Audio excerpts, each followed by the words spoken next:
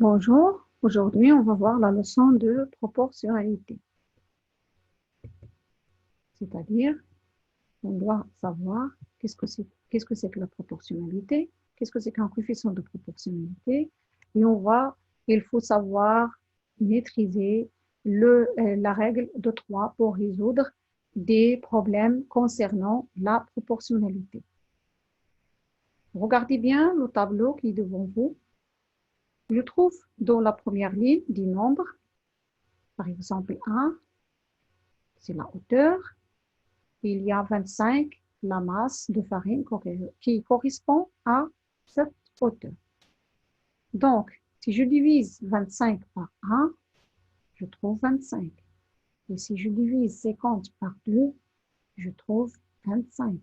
Si je divise 150 par 6, je trouve 25. À chaque fois que je prends un nombre de la première ligne, de la deuxième ligne, je le divise par le nombre qui lui correspond, le nombre qui lui correspond et qui existe dans la première ligne, je trouve le même nombre.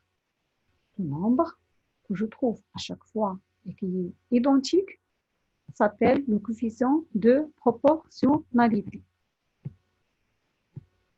On dit que les nombres de la première ligne sont proportionnels à ceux de la deuxième ligne. Mais on ne trouve pas toujours des nombres ou des situations qui sont proportionnelles. Par exemple, dans le deuxième tableau, je trouve 25, je divise par 16. Si je divise 25 par 16 et je divise 50 par 2,8, je ne vais pas trouver le même nombre. Donc, je dis que les nombres du deuxième tableau ne sont pas proportionnels. Donc, maintenant, qu'est-ce que c'est? Donc, deux grandeurs sont proportionnelles si on peut calculer les valeurs de l'une en multipliant les valeurs de l'autre par un même nombre appelé coefficient de proportionnalité. Un tableau est un tableau de proportionnalité si on passe d'une ligne à l'autre en multipliant ou en divisant par le même nombre. Par exemple, je passe de 40 à 0,5 en divisant par 80. Et si je divise 80 par 80, je trouve 1. Et si je divise 124 par 80, je trouve 2,3. De même, si je multiplie 0,5 par 80, je trouve 40. Et si je multiplie 1 par 80, je trouve 80, etc. Donc, pour passer de la première ligne à la deuxième ligne, on multiplie par 80. Le coefficient de proportionnalité vaut 80. C'est le prix d'un kilogramme de viande. Pour passer de la deuxième ligne à la première ligne, on divise par 80.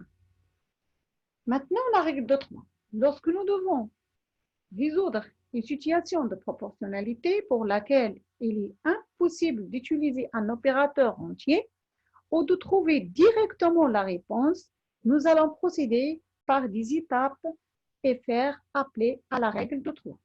La voiture de mon père consomme 9 litres d'essence au 100 km. Combien consomme-t-il pour parcourir 425?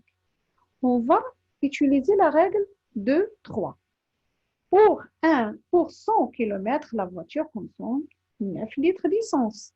Et pour 1 km, il consomme 9 sur 100 litres d'essence. Pour 1 km, il consomme 9 sur 100 litres d'essence. Pour 425 km, il consomme 9 sur 100 fois 425, c'est-à-dire 38,25 litres. Regardez bien, il y a des flèches. Donc, c'est-à-dire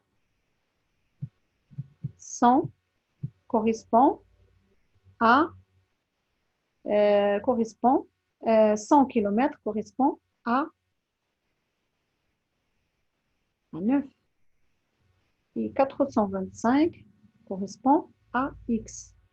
Donc, il faut chercher x en utilisant la règle de 3. Le tableau suivant représente la quantité de jus en centilitres en fonction du nombre d'oranges. Par exemple, 4 oranges, il nous donne 10 centilitres. Et 6 oranges nous donnent 15 centilitres. Donc, 8 oranges nous donnent combien? Et 12 aussi. Pour avoir 35 centilitres de jus, il nous faut combien d'oranges? Le tableau représente-t-il une relation de proportionnalité? Si oui, donne le coefficient de proportionnalité et complète le tableau en calculant les grandeurs qui manquent. Ça, c'est un exercice d'application pour savoir si vous avez compris la leçon ou non. Le tableau suivant représente la quantité, donc, pardon, j'ai répété la même. Et pour chaque tableau, dit si elle représente une situation de proportionnalité. Si oui, trouve le coefficient de proportionnalité et reporte-le sur le tableau.